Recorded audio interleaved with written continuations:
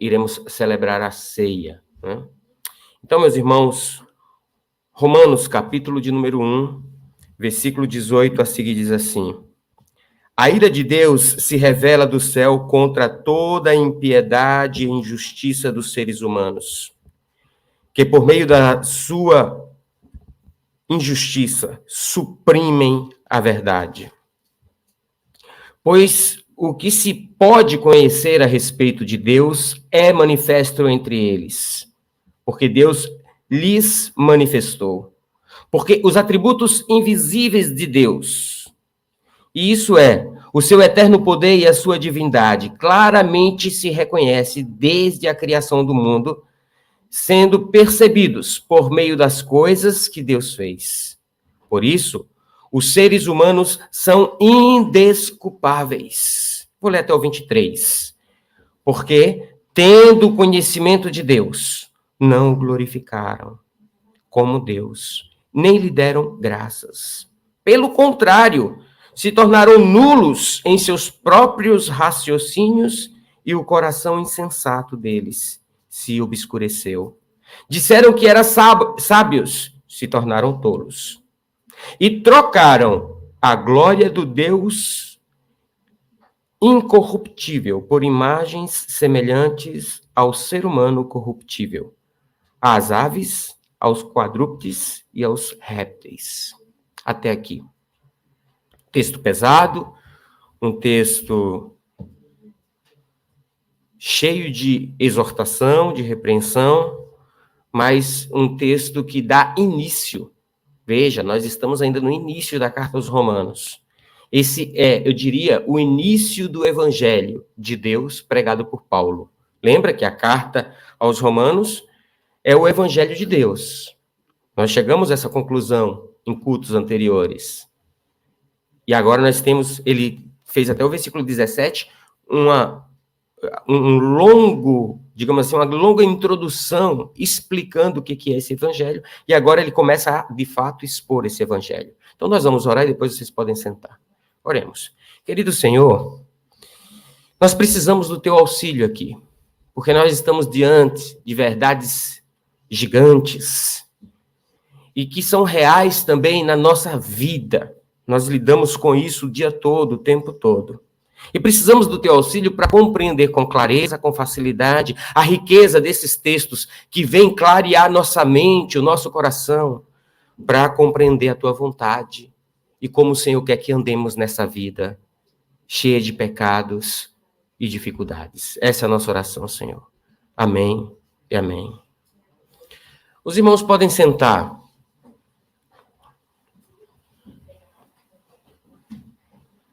Meus queridos irmãos, o apóstolo Paulo, ele nos diz que, logo no versículo 18, que os seres humanos,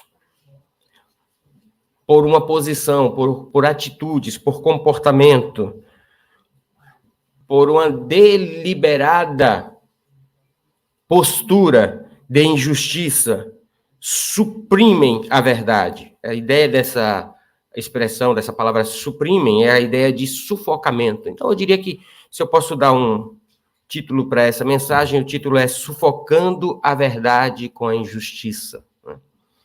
E é isso que nós vamos ver hoje.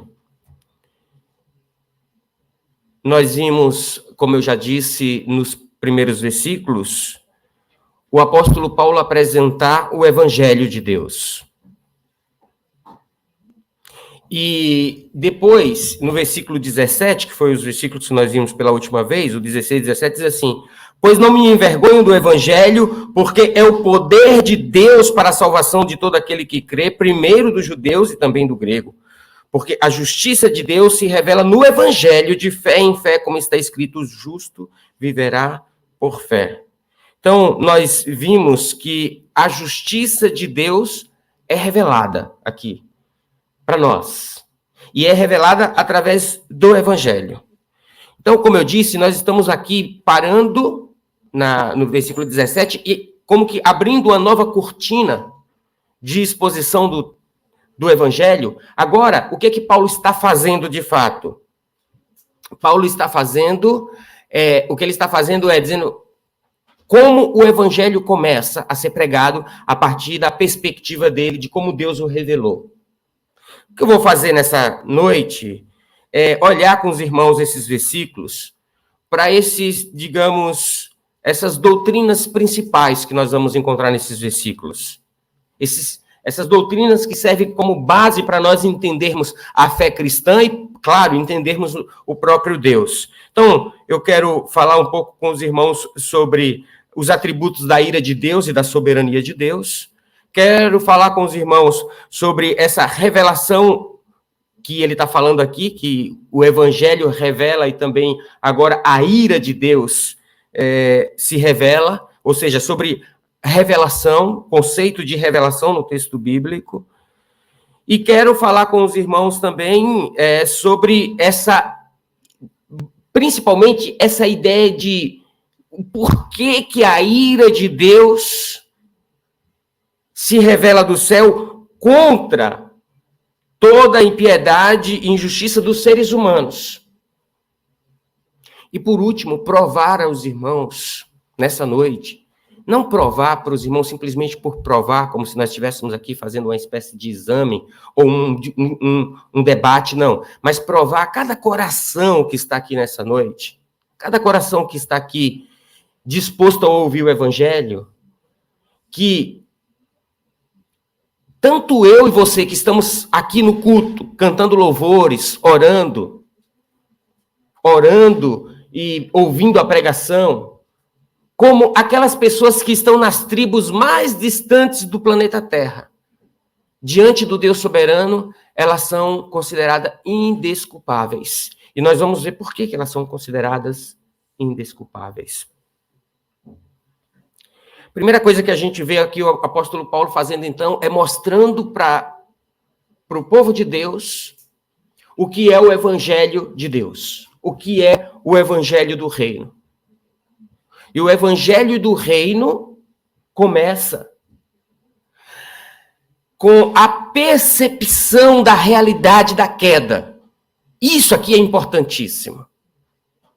Porque certamente, irmão, irmã, você já se deparou com situações em que você quis pregar o evangelho e a pessoa ela demonstrou total desinteresse, usando desculpas do tipo: eu não sou uma pessoa tão má como se dizem.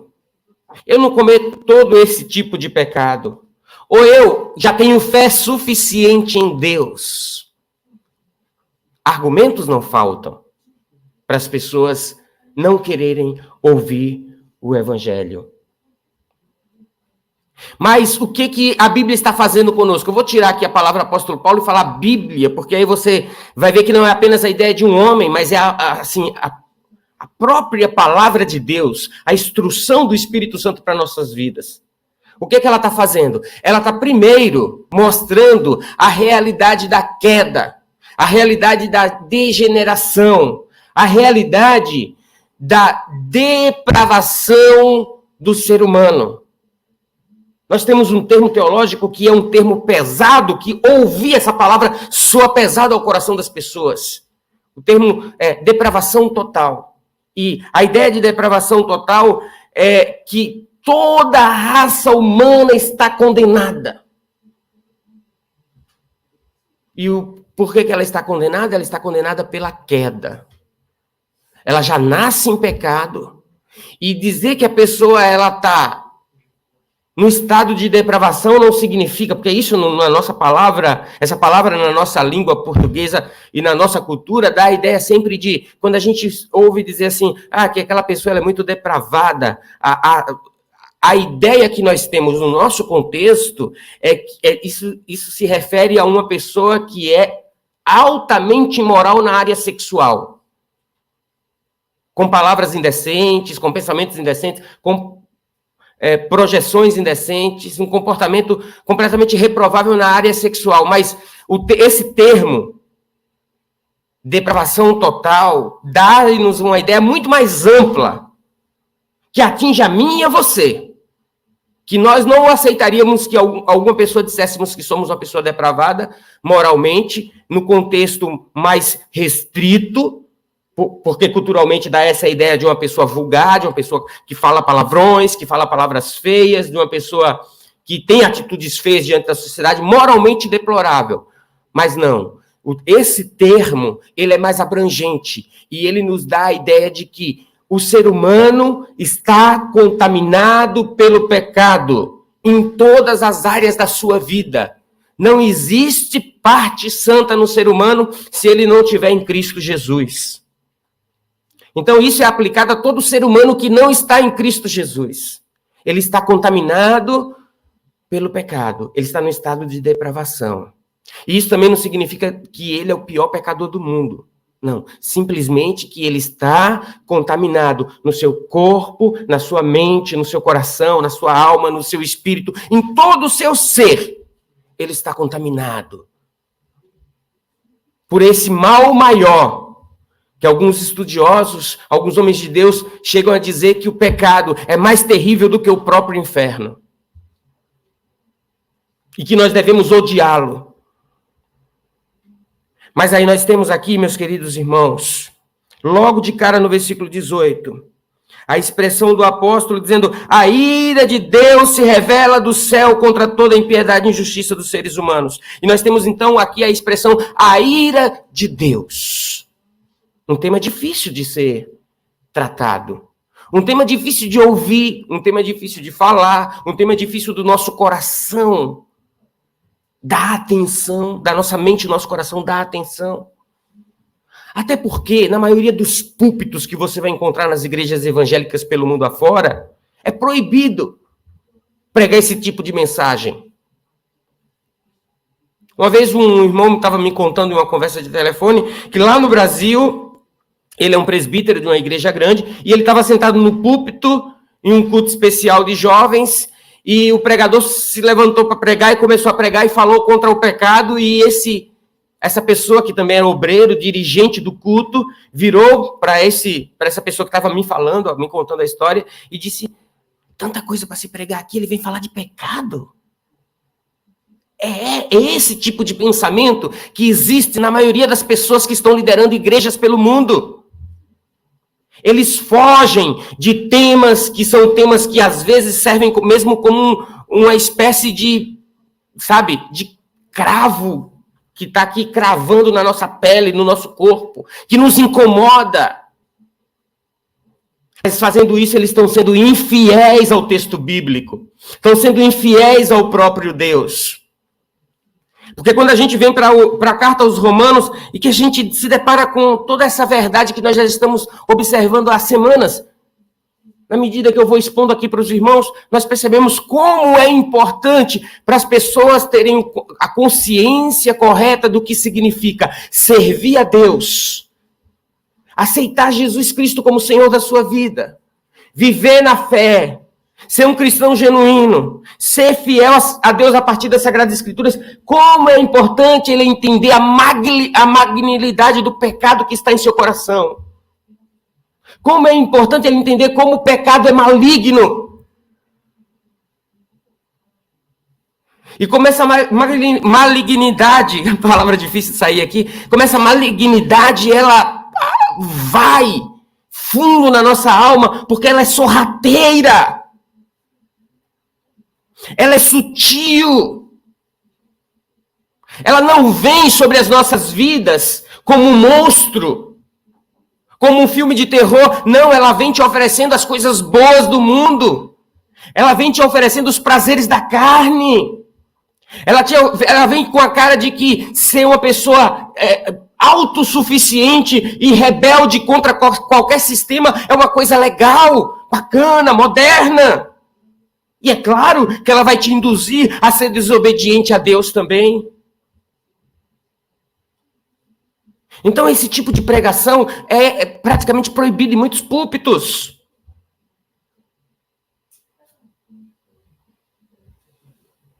Porque vai provocar um sentimento ruim em mim e em você. E muitos querem, a partir do púlpito, provocar até apenas sentimentos gostosos, alimentar a carne dizendo que está alimentando o espírito. Não, irmãos, mas a gente está aqui, olha, a partir de Romanos 1,18, aprendendo que primeiro nós temos que mortificar a carne, para que o Espírito Santo atue em nós. Primeiro temos que compreender o tamanho do problema que está diante da realidade das nossas vidas, e por que nós temos que estar em Deus para não morrermos. Porque, irmãos, se nós não percebermos isso, nós vamos diminuir o valor da morte de Cristo na cruz. E nós não podemos diminuir o valor da morte de Cristo na cruz. Então, esse tipo de mensagem é difícil de engolir, mas necessária para nos corrigir. É difícil de aceitar, mas necessária para nos colocarmos de volta nos trilhos da vontade de Deus. E aí ele diz, olha, a ira de Deus, essa expressão, a ira de Deus. O que é a ira de Deus? A ira de Deus não é como, irmãos, a ira do ser humano. A ira de Deus, na verdade, é um atributo. Os teólogos têm a competência sempre de catalogar os atributos de Deus de forma compreensível. Isso é uma forma deles nos ensinarem os atributos de Deus. Então, eles dividem atributos de Deus entre atributos, eles dizem comunicáveis, aqueles que Deus se comunica conosco, e atributos incomunicáveis, aqueles que ele não se comunicou, ou que ele não compartilha, ou compartilháveis e incompartilháveis. Por exemplo, atributos incompartilháveis é a sua eternidade, a sua onipotência, a sua onipresença, são atributos incomunicáveis, só pertence a Deus. Mas atributos comunicáveis são aqueles que ele compartilha conosco. Esse senso de justiça, amor, são atributos comunicáveis. E ainda tem uma outra subdivisão, que são atributos comunicáveis morais. E esse atributo, ele é o último da lista dos atributos comunicáveis morais. Da lista de atributos que nós encontramos na Bíblia. A ira de Deus é um atributo de Deus. Como pode? Geralmente, quando se fala em atributos de Deus, se fala em amor, em justiça, em santidade, em onipotência, onipresença, onisciência. Mas a ira de Deus, sim. Irmãos, eu não tenho condições de trazer para você aqui a quantidade de textos bíblicos que mostra Deus agindo com esse atributo na Bíblia. Mas a gente pode lembrar rapidamente, por exemplo, do dilúvio, né? Que foi um momento assim crucial da ação desse atributo de Deus na raça humana. Nós encontramos mais de 580 versículos na Bíblia falando sobre a ira de Deus. Agora, é importante nós dizermos que a ira de Deus não tem nada a ver com a ira do ser humano. É por isso que é difícil da gente entender. Porque a ira de Deus está relacionada ao seu senso de justiça e, pasme, o seu senso de amor também. Porque, irmãos, para pensar um minuto, por favor. Se Deus, ele fizesse pouco caso para a maldade, para o pecado, para a perversidade, se Deus, ele fosse como alguns filósofos sugerem, um Deus teísta, ou seja, um criador que cria o universo, mas não se relaciona com esse universo e simplesmente deixa esse universo por conta própria. Se ele fosse assim, você queria adorar esse Deus? Você queria servir a esse Deus? Esse Deus que não está preocupado com as injustiças que você sofre na vida. Esse Deus que não se importa que o pecado cada vez aumente mais no mundo. É claro que não. Portanto, esse atributo da ira de Deus está relacionado diretamente ao seu senso de justiça. Está ligado diretamente ao seu amor pela própria criação. De forma mais específica, eu posso ler para vocês o seguinte: a ira de Deus é a sua repulsa contra o mal, seu desagrado estabelecido com o pecado e os pecadores. A ira de Deus não é um conceito popular no Ocidente liberal, é amplamente ignorada. negada ou radicalmente reinterpretada. No entanto, é uma doutrina proeminente na Bíblia. No Antigo Testamento, como eu já citei, existe mais de 580 referências usando mais de 20 palavras diferentes. Em muitos casos, a ira de Deus é retratada em termos dramaticamente pessoais, como no caso de Naum, capítulo 1, versículo 2 ao 11. Não vou ler por uma questão de tempo. Mas é importante deixar isso claro para cada um de vocês. Essa expressão não é uma expressão de raiva direcionada por capricho a pessoas de quem Deus não gosta. Não é isso. É a resposta definitiva e determinada de um Deus justo em relação ao pecado.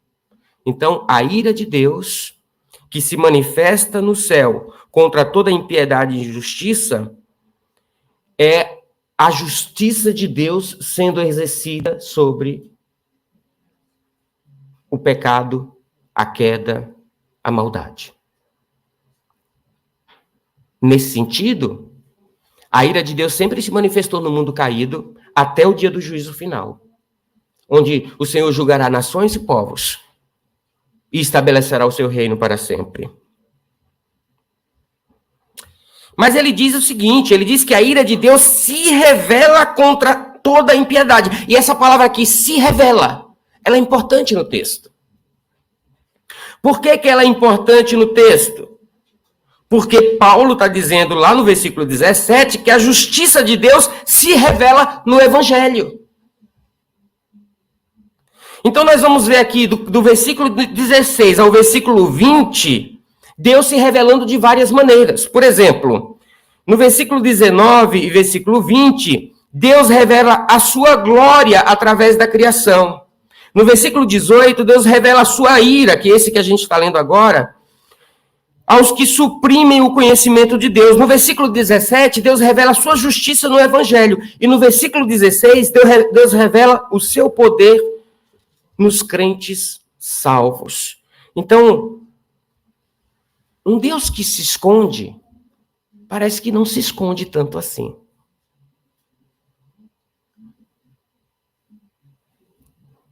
Parece que ele não se esconde tanto assim.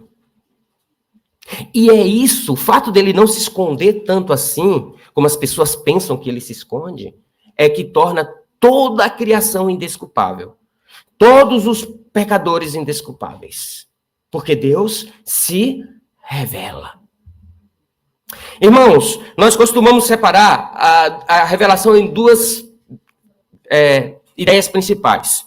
A revelação que nós chamamos de revelação geral. O que é a revelação geral? É isso que a Bíblia está dizendo para a gente, que nós vamos ver agora no capítulo 1, versículo 18, até o capítulo 3.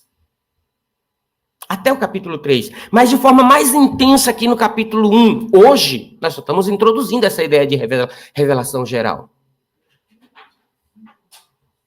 Mas nós vamos ver que o que é que Deus está fazendo? Ele está se descobrindo, ou seja, se mostrando como um Deus que é real, que existe e que nós podemos conhecê-lo. A ideia de revelação na Bíblia é essa ideia de expor, tornar conhecido, descobrir, tornar manifesto, trazer à luz do conhecimento. É por isso, irmãos, que o termo revelação, a gente preserva muito bem esse termo. A gente preserva esse termo. Esse termo é importante. Porque Deus, ele revela quem ele é na criação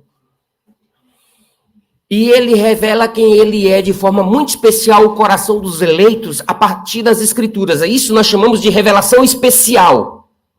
Você que está aqui nessa noite, eu acredito que todos aqui são cristãos. Você recebeu de Deus a alegria de conhecê-lo mais intimamente através da revelação especial de Deus, que é as Escrituras. E é por isso também, que claro que a gente não proíbe, mas a gente evita, ensina os irmãos, que Deus ele não sai revelando tudo a todo momento. E que às vezes aquilo que a gente tem como uma intuição, como um sonho, como uma profecia, o termo mais adequado é iluminação, é orientação, é direção. São termos mais adequados para o povo de Deus usar do que revelação, porque revelação é um termo mais geral. É um termo que está mais relacionado à própria Escritura. A Escritura é a grande revelação da vontade de Deus para o seu povo. É o grande, digamos assim, descobrimento, descortinamento de Deus e de quem Ele é. E Ele faz isso de forma mais geral. Então é mais adequado quando você entender que Deus te orientou a ter mais cuidado em certas circunstâncias, porque você teve um sonho, porque você teve um pressentimento, e você entender que isso vem da parte de Deus, é mais adequado você usar palavras como o Senhor me iluminou, o Senhor me advertiu, o Senhor me orientou, e não o Senhor me revelou. Porque toda a revelação de Deus necessária para dirigir as nossas vidas, como povo de Deus, fiel a esse Deus, trilhando o caminho que Deus quer que trilhemos, até chegarmos na eternidade, está contido nas Escrituras e nada mais deve ser acrescentado. Ele proíbe isso lá no Apocalipse. Ninguém acrescente a essa palavra nem um tio sequer. Quando as pessoas ficam à torta e à direita usando o que Deus me revelou, alguns podem entender que Deus está acrescentando verdades à Bíblia. A gente sabe que não é isso. Mas você tem que ter muito cuidado para que as suas verdades não sejam, ou as suas supostas verdades, ou as suas supostas revelações, não sejam mais importantes do que a revelação da palavra de Deus. Tenha cuidado com isso. Porque tem gente que põe isso tanto em pé de igualdade, e eu conheço pessoas que é mais guiado por estas espiritualidades ou esses misticismos do que pela Bíblia. Ela não sabe nada de Bíblia, mas ela conhece todas as histórias disso e daquilo outro, que Deus mostrou, que Deus revelou, que Deus falou ao profeta. E a Bíblia? E o texto bíblico? O que você sabe? O que Deus te diz a partir das Escrituras? Ou será que as Escrituras não têm valor para você? Então, abaixa um pouco o nível de expectativa que você cria sobre essas experiências místicas e espirituais. E eleve o nível de valor que você dá à revelação de Deus especial, que é a própria palavra de Deus. Amém, igreja? Amém. Então, nós temos que entender que essa palavra revelação, inclusive essa palavra significa apocalipto no grego. Apocalipto, isso te lembra alguma coisa? Lembra, claro, né? O livro de Apocalipse. O livro de Apocalipse. Então, quando você tem Deus se revelando de forma geral e se revelando de forma especial, naquilo que diz respeito à sua vida no passado, hoje e no futuro, você tem tudo que é necessário para você caminhar com Deus. Mas agora, o que a Bíblia está dizendo para a gente, irmãos e irmãs, é que Deus se revela do céu contra toda a impiedade e injustiça dos seres humanos. A ira de Deus se revela do céu contra toda a impiedade e injustiça dos seres humanos. Nós vemos a ira de Deus, ela se manifestando nas Sagradas Escrituras de várias maneiras. Por exemplo, a ira santa de Deus é o próprio inferno. A ira de Deus também pode ser uma ira escatológica, ou seja, o dia do juízo final. A ira de Deus é cataclísmica, ou seja, como o dilúvio, a destruição de Sodoma e Gomorra. A ira de Deus é consequencial. Aquela ideia que está lá em Gálatas de você colher o que você planta. Muitas vezes a ira de Deus se manifesta em situações assim. Mas a ira de Deus também se manifesta, e é disso que o texto está falando, e é disso que eu quero dar toda a atenção aqui para os irmãos. Por favor, estejam comigo aqui nisso. A ira de Deus, ela se manifesta de forma mais terrível ainda, quando ele abandona o ser humano nas suas próprias paixões. E é isso que nós vamos encontrar aqui em Romanos capítulo 1.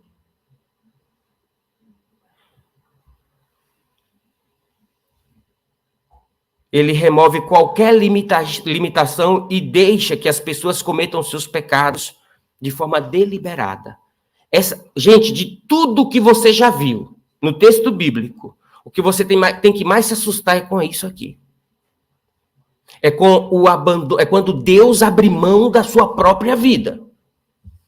É quando Deus abre mão da vida daquele pecador e o entrega às suas paixões. A gente vai ver isso com mais detalhes no futuro. Não vamos chegar nesses textos hoje, não dá tempo. Não é o foco hoje. Mas é isso que a gente vai ver nos versículos seguintes. Recomendo que você vá ler em casa. Deus quase que assim, o texto está dizendo, Deus lava as mãos e deixa que você se acabe nos seus próprios pecados. O Salmo 81, 11, 12 mostra um pouco disso. Mas o meu povo não escutou a minha voz.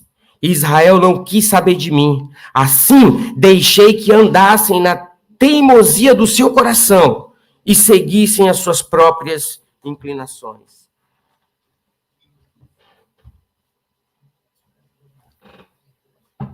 Então, quando Deus decide manifestar a sua ira, entregando os homens às suas próprias paixões, saiba que isso é terrível. Isso é terrível. Tudo isso, irmãos, mostra para nós que Deus ele é um Deus santo, temível, e que não dá para ficar brincando com esse Deus. Veja, a gente ainda está no versículo 18, e eu não vou avançar muito tempo aqui, porque a gente tem a ceia, mas eu quero prosseguir. Olha, a ira dele, o versículo 18 ainda mostra para a gente que ele se manifesta, a ira dele se manifesta contra toda a injustiça dos seres humanos, a impiedade e a injustiça dos seres humanos. Impiedade e injustiça são dois pecados que Deus abomina. É repugnante para Deus. O que é a atitude de impiedade?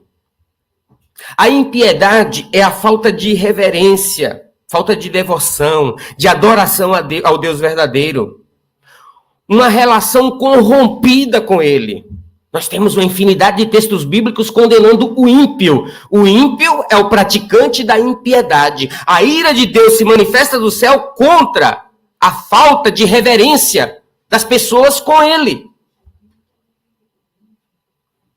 E aqui eu tenho que falar com a própria igreja, porque, irmãos, aqui e ali, nós corremos o risco de adormecermos no sono das lutas, da carnalidade, adormecermos no sono do mundanismo. E quando nós estamos adormecendo, cochilando nessa realidade sombria desse mundo caído, nós estamos correndo grande risco de sermos chacoalhados por esse Deus santo e puro, que não aceita que o seu povo viva nesse ambiente de mornidão, de desdenhamento com a glória de Deus. Dar glória a Deus não é dar boca para fora, ainda que isso é gostoso de se fazer e não é proibido. E eu mesmo faço quando eu estou louvando, por exemplo. Mas a Bíblia exige de nós que se Deus ele é soberano, santo, puro, tremendo, ele precisa ser reverenciado com o nosso coração, com a nossa vida.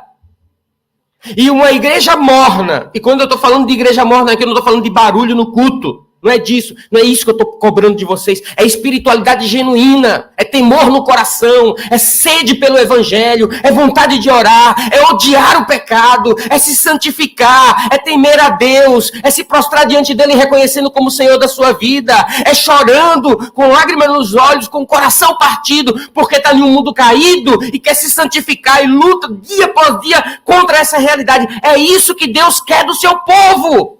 Deus não quer um povo morno, um povo compassivo, um povo que se apaixona por pecado, um povo que se entrega ao mundanismo, um povo que fica na dúvida se vai no culto ou no shopping, um povo que fica na dúvida se vai pro aniversário, pro passeio, ou vai orar, ou vai glorificar, ou vai adorá-lo. Um povo que fica indeciso se de fato lê a Bíblia ou fica numa rede social, que se mostra como cristão publicamente, ou simplesmente fica caladinho e vai para a igreja para que ninguém saiba que ele é crente. Deus não gosta de gente que se comporta assim. Cuidado com a manifestação da ira de Deus. Ele, por ser santo, puro, ele também exige que ele seja reverenciado, adorado pelo seu povo. Não dá para ficar em cima do muro como a igreja de Laodiceia, fazendo de conta que é crente. No domingo à tarde, enquanto cantamos aqui com o grupo de louvor, enquanto oramos na Santa Ceia, mas temos uma semana tão pecadora quanto qualquer pecador do mundo, tão envolvido com as coisas do mundo como qualquer outro ser humano, e colocamos Deus de lado. Muitos de vocês têm Bíblias comendo poeira nas suas estantes, isso é uma vergonha para Deus. Com desculpa de que tem Bíblia no celular, mas não lê no celular também. Porque se lesse já estava bom. Não, querido irmão, querida irmã, a ira de Deus se manifesta do céu contra a impiedade. E a impiedade é justamente a irreverência contra esse Deus que merece toda a reverência. E ela se manifesta também contra a injustiça. A injustiça refere-se ao resultado da impiedade, à falta de conformidade em pensamento, palavras e ações, ao caráter e à lei de Deus. Gente, todo ser humano que não tem Cristo em seu coração, por mais que ele tente andar justamente diante da sociedade, ele é injusto diante de Deus. Por que ele é injusto diante de Deus? Porque Deus nos criou para servi-lo, para adorá-lo, para amá-lo. E quando nós não nos dobramos diante dele, nós não estamos sendo justos com o Criador. Então, se você quer ser considerado justo como Jó, está na hora de você ter o Criador, o Salvador, aquele a quem nós professamos com os lábios, em alta conta. Não brinque com essa realidade. Mas ele resume ainda no versículo 18 o seguinte. Ele diz assim, por meio da injustiça suprimem a verdade. Olha, gente, olha, isso aqui é assustador demais, porque isso aqui é o pecado concentrado, sabe? Quando se concentra, denso. É a densidade da prática do pecado no coração do ser humano. Suprimir, sufocar a verdade e amar a mentira. A grande guerra que a gente encontra no mundo atual é justamente a guerra pela verdade.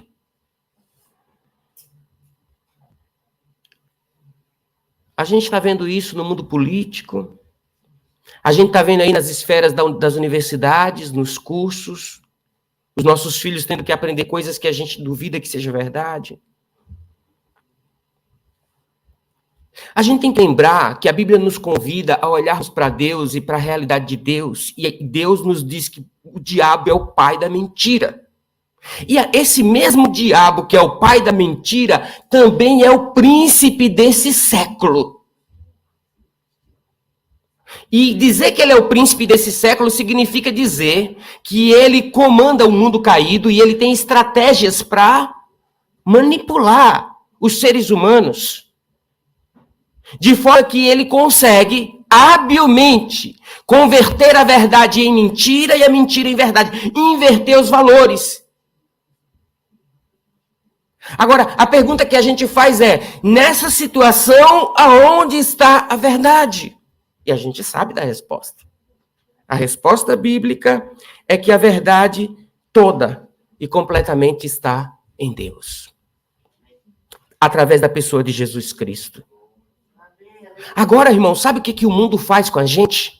O mundo faz com que essa informação preciosíssima de que existe uma verdade absoluta e que essa verdade absoluta se manifestou em um homem e que o nome dele é Jesus Cristo de Nazaré e que nós vivemos baseado nessa verdade e por essa verdade nós somos guiados, ele faz com que eles nos oprimem tanto, eles oprimem o povo de Deus tanto, eles oprimem o pensamento, as ideologias, a doutrina do povo de Deus tanto, que nós somos tão sufocados por essa supressão, por essa atitude de suprimirem a verdade, que às vezes até nós ficamos em dúvida se nós é que não estamos no erro. Sabe o que eles fazem? Eles tentam parecer que nós somos gentinha tosca, ultrapassada, moralista demais para uma geração tão evoluída. E aí eles tentam destruir todas as verdades ao ponto de negarem a existência do próprio Deus. Porque só assim eles podem suprimir, sufocar, literalmente enforcar a verdade. Porque eles amam a mentira. Essa é a situação do mundo atual. Irmãos e irmãs, o mundo atual não está mais fácil do que no mundo das guerras. No mundo das guerras, nós sabíamos quem estava do lado do bem e quem estava do lado do mal. No mundo atual, a mentira e a verdade, ela é tão confusa lá no mundo. Aqui no meio do povo de Deus, não, porque ela é revelada para nós pelo Evangelho. Mas lá no mundo, ela é tão confusa que se você for dar ouvido a essas vozes, aos jovens, vocês na escola, eu sei que vocês são atacados o tempo todo. Eu fui na minha juventude e hoje a situação está muito pior. Eles querem dominar a mente de vocês com mentiras. Eu quero dizer para vocês, ciência não é Deus. Ciência é só experimento de homens falhos. E tem muitas inverdades e muita mentira na ciência. E eles querem transformar a ciência em deuses. O planeta Terra não é a mãe da natureza, não é a mãe da criação, é mentira. Isso é uma mentira mitológica, da mitologia grega, que até hoje eles tentam implantar através da ciência das nossas crianças, nos nossos jovens. A teoria da evolução já está ultrapassada, mas eles ainda tentam implantar essa teoria para destruir a teoria da criação, que não é uma teoria, é uma verdade bíblica, o criacionismo. Então, irmãos, eles tentam sufocar de todas as formas a verdade, porque a verdade é libertadora, porque Jesus Cristo é o nosso grande libertador, e ele diz, eu sou o caminho, a verdade e a vida, e ninguém vai ao Pai, a não ser por mim. No Salmo 14, o texto bíblico diz assim, diz o insensato no seu coração, não há Deus. São corruptos e praticam a abominação. Já não há quem faça o bem. João, no seu Evangelho, capítulo de número 3, versículo 19 ao 20, nós encontramos essa grande verdade. Esse texto é muito importante. Eu cito ele sempre aqui na igreja. A condenação dos ímpios é essa. Presta atenção nisso. A condenação dos ímpios é essa. A luz veio ao mundo, mas os homens, que Deus não nos inclua nesse grupo aqui, os homens amaram mais as trevas do que a luz, porque as suas obras eram más, pois todo aquele que pratica o mal detesta a luz e não se aproxima da luz, para que as suas obras não sejam reprovadas. É por isso que os injustos sufocam a verdade, porque eles amam as trevas, eles amam as suas práticas pecaminosas na escuridão, porque na luz isso lhes traz a vergonha. Isso lhes traz a vergonha. Meus queridos irmãos e irmãs, é muito importante esse versículo 18, nós entendermos que a ira de Deus vem contra tudo isso. Então, eu falei para os jovens há pouco tempo, eu repito aqui, jovens, você se sente ridicularizado na escola? E você está com vergonha de ir para a escola por isso? Jesus foi ridicularizado em Jerusalém, e ele não teve vergonha de morrer por você. de certa forma, sinto orgulho de ser ridicularizado por ser cristão.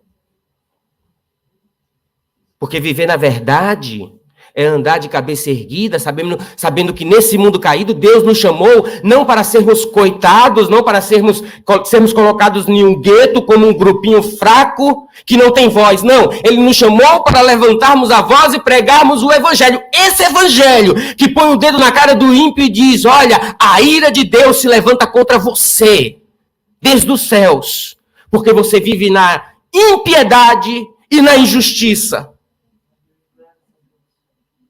Esse é o nosso desafio. Deus quer levantar aqui do meio desse povo. Não é de outros lá fora, não. Não é dos que vão nascer do meio de vocês. É vocês. Pessoas fortes, corajosas para fazer a obra dele. E fazer a obra dele requer, primeiro, uma postura firme de um verdadeiro cristão lutando contra o pecado. Segundo, uma postura firme de um cristão que luta e prega contra o pecado. Temos que fazer isso agora, irmãos. É urgente. É urgente. Tire as desculpas que a sua mente coloca. Pandemia, desemprego, enfermidade, planos pessoais. Tudo isso não é urgente. Urgente é pregar o Evangelho. Urgente é pregar o Evangelho.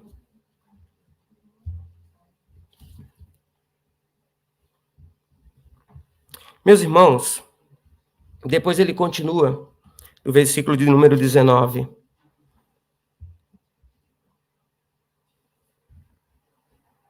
Deixa eu ver aqui uma coisa.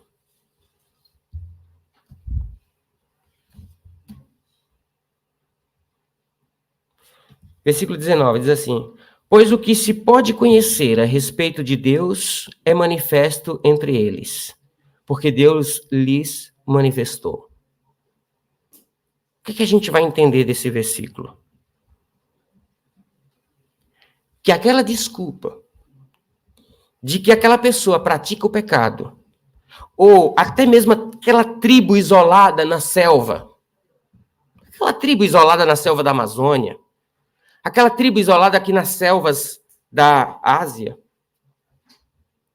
aquelas tribos isoladas na Índia, na China, não importa, na África, que, coitadinho deles, eles não vão ser julgados por Deus porque eles não conheceram o Evangelho.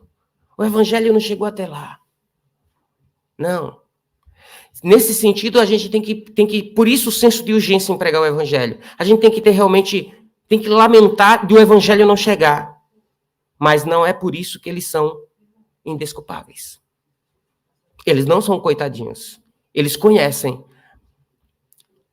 o Deus que se manifesta. Eles conhecem o Deus que se manifesta. Tolice a gente achar que esse povo não conhece. Gente, há muitos anos, quando eu cheguei no Japão, eu li um livro, estava estudando missiologia, de um autor chamado Don Richard, como recomendação, porque é uma história formidável. É um livro que conta a narrativa do seu trabalho aqui, perto da Austrália, Nova Guiné, com tribos de canibais. Ele foi o primeiro missionário a chegar com a sua esposa lá. Ficou 5 anos nessa tribo. O nome do livro é O Totem da Paz. O Totem da Paz. Vocês podem comprar e ler. Um livro excelente. Da editora Betânia. E o que ele conta? Esse livro é toda a história dele evangelizando, fazendo um trabalho missionário no meio desses canibais.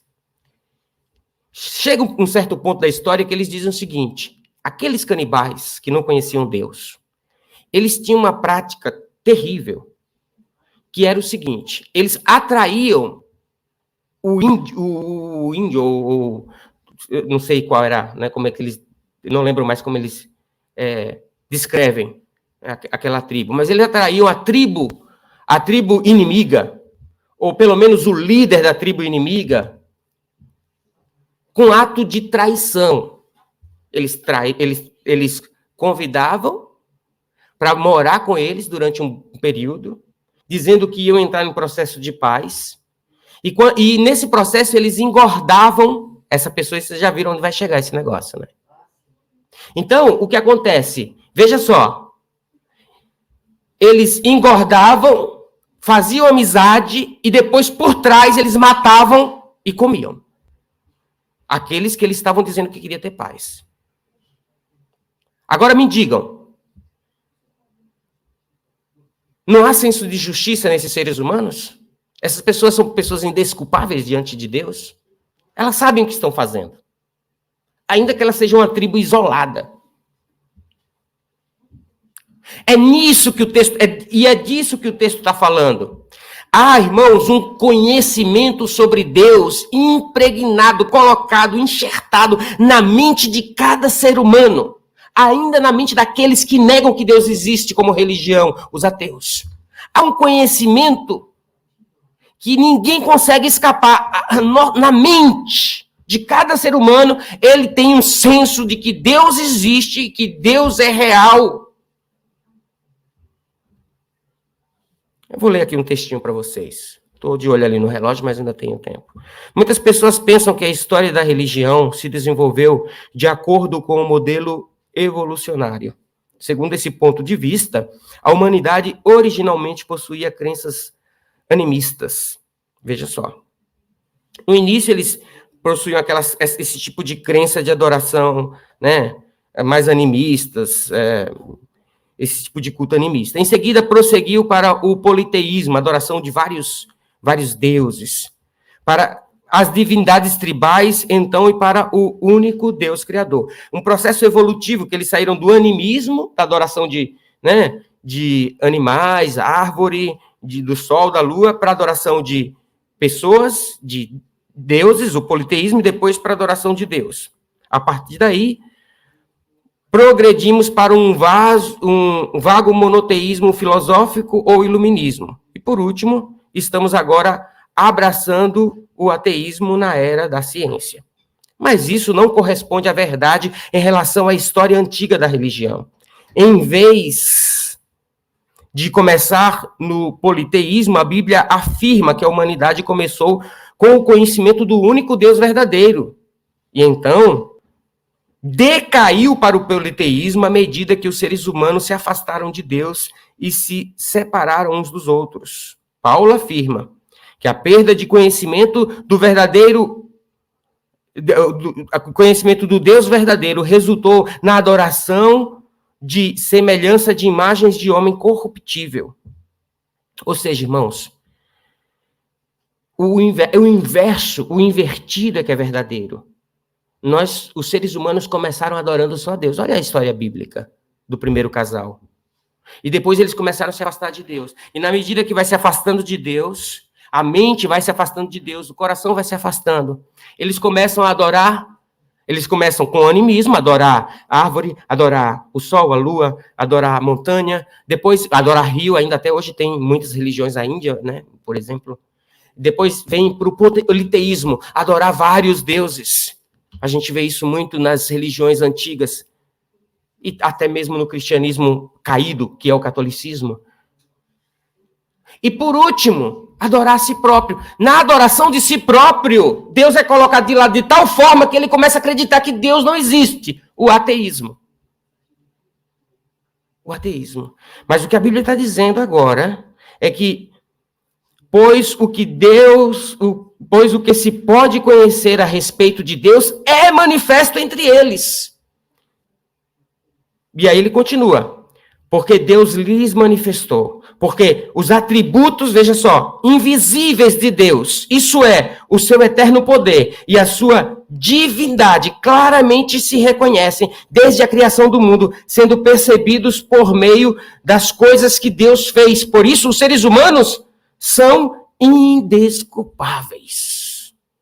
São indesculpáveis. Meus irmãos e irmãs, a filosofia moderna,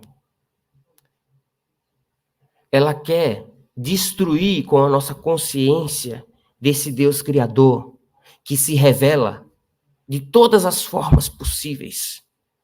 Ela se revela, irmãos, o Deus, ele se revela, Ele não se revela apenas com aquilo que a gente vê e que a gente admira na natureza. Por exemplo, eu viajo muito por esse país e eu fico admirado, né, das montanhas, cada montanha linda que esse país tem, né? Cada lago, cada rio. É uma coisa maravilhosa. E é claro que é um momento da gente parar e dar glórias a Deus. Deus, o Senhor é tremendo. Como o Senhor pode construir coisas tão belas, tão bonitas, né? Mas a manifestação da revelação natural e geral de Deus vai além disso. A gente tem que pensar em um Deus que organiza tudo, que faz todas as coisas acontecer. Esses dias eu estava conversando com meu irmão sobre a conversa, né, de quem gosta dessas coisas, sobre física astrônomica, né, ou astrofísica, falando sobre o tamanho da nossa galáxia. 100 milhões de anos, ninguém nunca vai conseguir sair dessa galáxia. E ela é apenas uma, né, de bilhares e bilhares de galáxias no universo.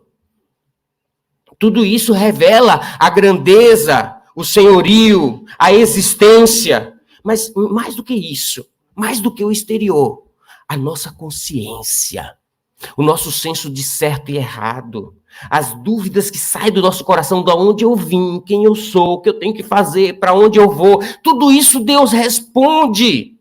Mas as pessoas, elas suprimem essas verdades. Elas não querem saber dessa verdade. Elas ignoram essa verdade.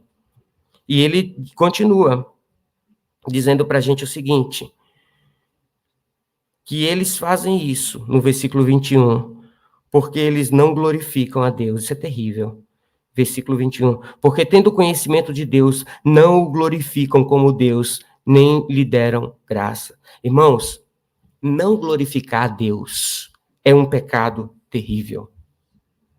Irmão e irmã, saia dessa noite aqui, jovem, ouça isso com atenção, crianças, ouçam isso com atenção. Glorificar a Deus não é uma escolha quando você está com vontade. Escolher glorificar a Deus não é como a gente escolhe o lanche na escola, a comida no restaurante, a roupa para vir para o culto, não. É uma obrigação. Um Deus que é soberano, que é criador e mantenedor, e que nos fez e nos formou, ele exige que a sua criatura, eu e você, o adoremos, o glorifiquemos. E isso tem que estar bem alicerçado na nossa mente. Não é uma escolha, é uma obrigação de cada um de nós. Mas eu vou concluir agora, e partindo para a conclusão, eu quero falar disso aqui, olha. Eu quero falar de 7 motivos porque as pessoas não são indesculpáveis.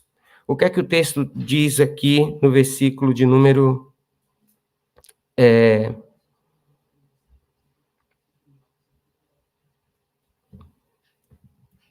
20, não, no versículo número 20, isso. E eu vou fechar com isso, tá? Por isso, os seres humanos são indesculpáveis. Indesculpáveis. Essa ideia de indesculpável, na verdade, é uma ideia mais ampla, tá, gente? É assim, eles são, o texto no original da ideia assim de imperdoáveis. É essa a ideia de imperdoáveis. Não tem como você escapar da ira de Deus. É isso que o texto está dizendo. Se para ser mais claro ainda com você, se você não for um cristão genuíno, se você não der glórias a Deus, aliás, eu não citei aqui para vocês, até tinha separado um texto de Atos, que nós temos o caso ali de um homem que morreu comido de bicho, está lá em Atos 12, 23, e esse homem é o próprio Herodes. Ele morreu comido de bicho porque comido de vermes porque não deu glórias a Deus. Depois você lê lá em Atos capítulo de número 12, você vai entender bem a história. Não dá tempo de eu fazer isso agora. É uma exigência bíblica. Mas vou dar aqui para você, como conclusão, 7 motivos do porquê nós, seres humanos, não somos indesculpáveis. Vamos lá. As desculpas do ateu. Não há Deus. Por isso que ele não adora. A resposta de Deus. A resposta de Deus está no texto que eu li anteriormente. Deixa eu achar aqui, que eu já perdi ele. Salmo 14. Tem aí, Vanderlei? Fica mais fácil para mim, por favor. Tanto escrito aqui que eu perdi. Salmo 14. Diz o insensato no seu coração, não há Deus. São corruptos e praticam abominação. Já não há quem faça o bem. Então, essa é a resposta de Deus para esse terrível ateu que diz, não, Deus não existe. Deus diz, você é insensato. Você está dizendo isso no seu coração. É pura insensatez. Ele também diz assim, que a ciência tem resposta verdadeira. Ele coloca a ciência como Deus, verdadeiro Deus. Mas qual é a resposta de Deus para esse ateu? Olha, 1 Timóteo capítulo 6, versículo 20. E você, ó Timóteo, guarda o que lhe foi confiado, evitando os falatórios inúteis e profanos e as contradições daquilo que falsamente chamam de conhecimento. Deus chama esse conhecimento de negação de Deus de um falso conhecimento. O ateu ainda diz assim, não, eu não sirvo a Deus, eu não o adoro, porque a morte é o fim do homem. A resposta de Deus está em Hebreus 9, 27. E assim como os homens estão ordenados a morrer uma só vez, vindo depois disso o juízo. Então essas são as desculpas do ateu. Essas desculpas não colam diante de Deus. As desculpas dos agnósticos. Quem são os agnósticos, pastor? Os agnósticos são aqueles que dizem que não têm conhecimento suficiente de Deus. Não é possível conhecer Deus, por isso não temos conhecimento suficiente sobre Ele. E eles negam a Deus por falta de conhecimento.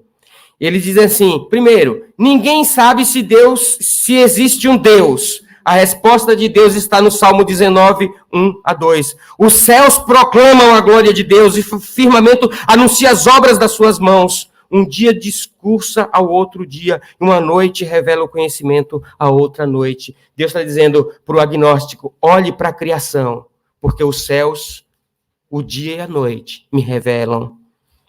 O agnóstico ainda continua dizendo assim, ninguém pode saber se a Bíblia é verdadeira. A resposta de Deus está no Salmo 119, versículo 89. Para sempre, ó Senhor, a tua palavra está firmada no céu. Ainda o agnóstico vai novamente dizer, ninguém pode saber se há um céu. A resposta de Deus está em Mateus 10, 32-33.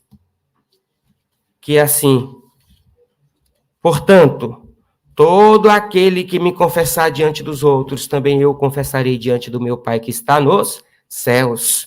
Mas aquele que me negar diante das pessoas, também os negarei diante do meu Pai que está nos céus.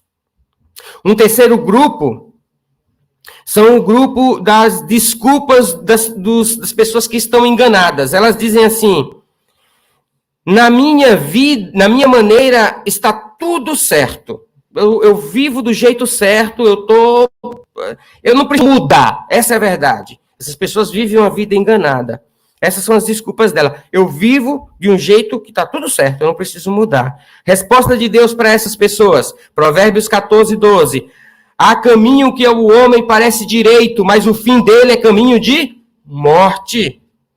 Aí ele diz de novo, a pessoa enganada, eu estou vivendo uma vida muito boa. A resposta de Deus para essa pessoa? Tiago 2,10. Pois quem guarda a tua lei, mas tropeça em um só ponto, se torna culpado de todos. Então não adianta dizer que vive uma vida boa, se está tropeçando na lei de Deus. Mas ainda, a pessoa que ela está auto-enganada, ela vai dizer assim, eu sou um membro da igreja. Opa! Mas nós temos Deus falando para o membro da igreja também, que diz assim, em João 3,3, Jesus respondeu, em verdade, lhes digo, ó membro da igreja, que se alguém não nascer de novo, não pode ver o reino de Deus. O membro da igreja é por minha conta, tá, gente? Não está no texto bíblico. Mas ser membro não é suficiente. Tem que nascer de novo. Amém?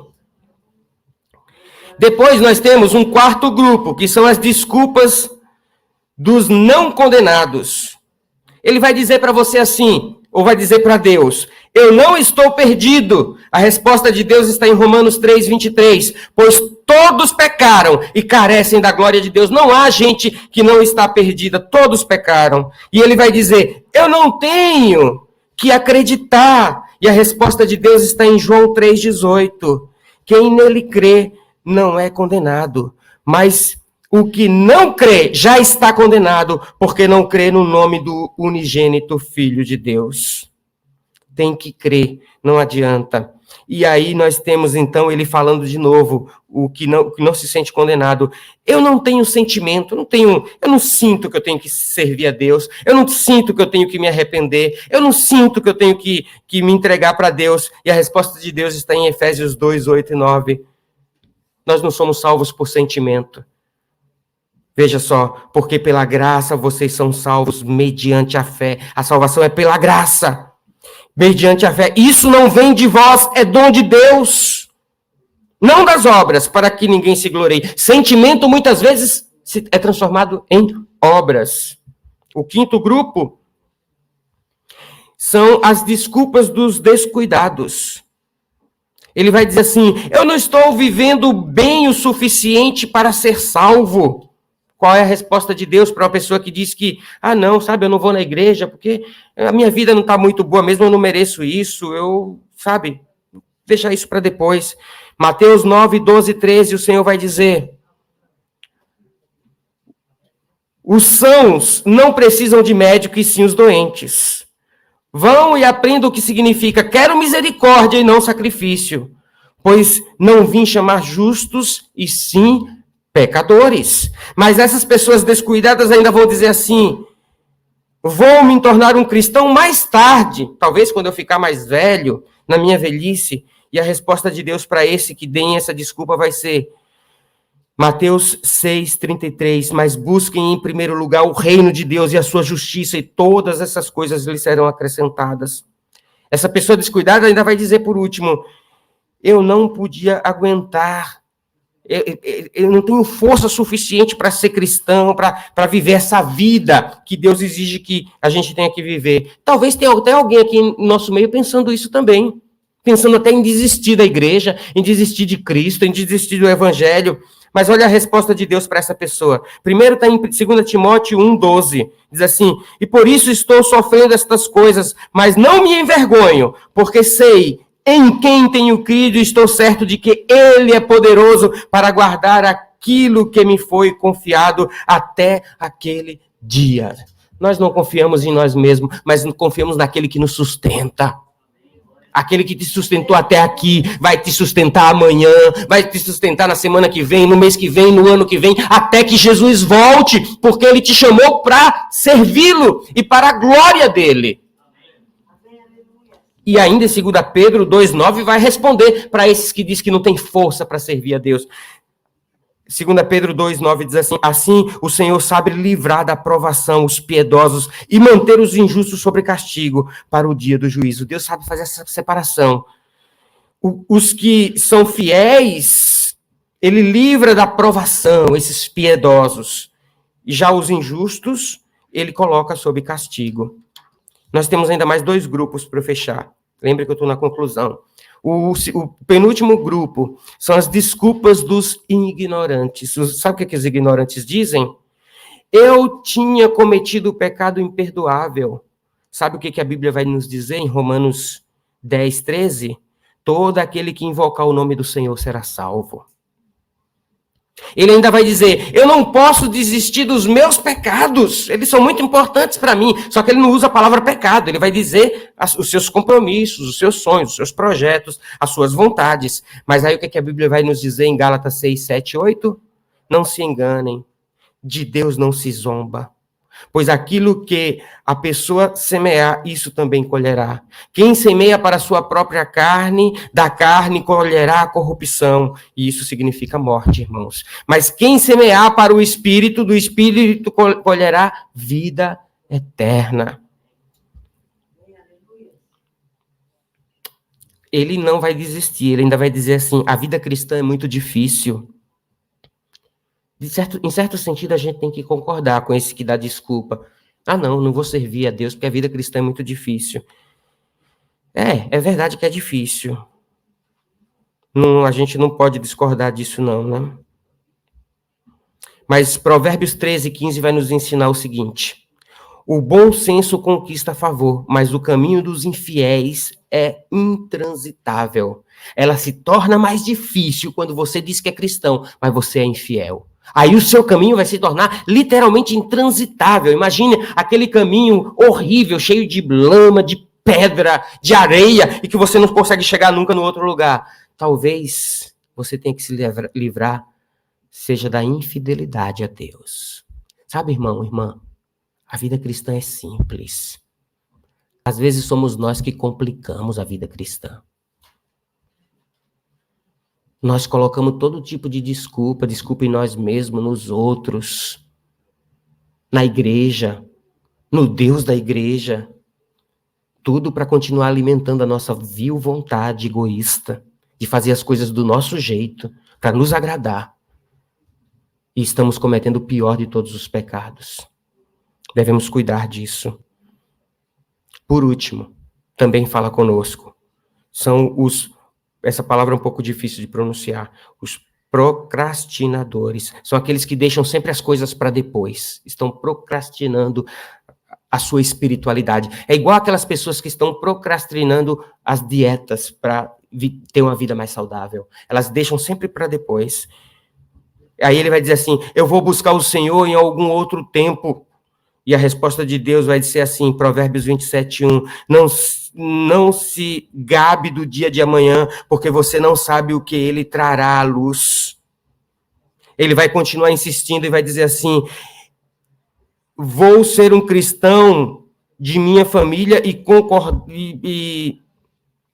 desculpa, eu vou ser um cristão se a minha família concordar. A resposta de Deus está em Mateus 10, 29 e 30. Tem aí, Vanderlei? Não anotei aqui. Mateus 10, 29 e 30.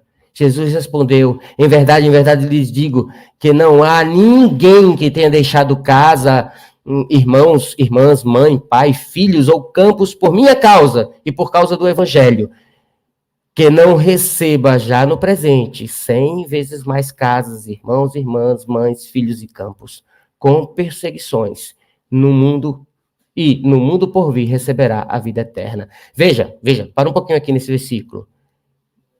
O Senhor exige que a gente abandone tudo por Ele. E a gente recebe bênção, mas a gente continua tendo perseguição, não esqueça disso. Não é paraíso aqui. Paraíso é na eternidade. Olha lá, no mundo por vir receberá a vida eterna. E por último, ela diz assim, eu não tenho tempo para servir a Deus. Não tenho tempo.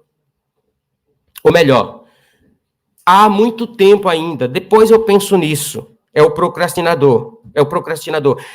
Depois eu penso nisso. E é o que Deus vai dizer para essa pessoa? Mateus 25, 9 a 13. Você deve conhecer bem essa parábola. Mas as prudentes responderam, não, porque então vai faltar tanto para nós como para vocês. Vão aos que o vendem e compram óleo para vocês. Aquela história, né, do casamento à meia-noite. E saindo elas para comprar, chegou o noivo. E as que estavam preparadas entraram com ele para a festa do casamento e fechou-se a porta. Mais tarde chegaram as virgens imprudentes, aquelas que deixaram a sua espiritualidade para depois, batendo na porta e gritando, Senhor, Senhor, abra a porta para nós. Mas o noivo respondeu, em verdade lhes digo que não as conheço. Portanto, vigiem, porque vocês não sabem o dia e nem a hora em que o nosso Senhor virá.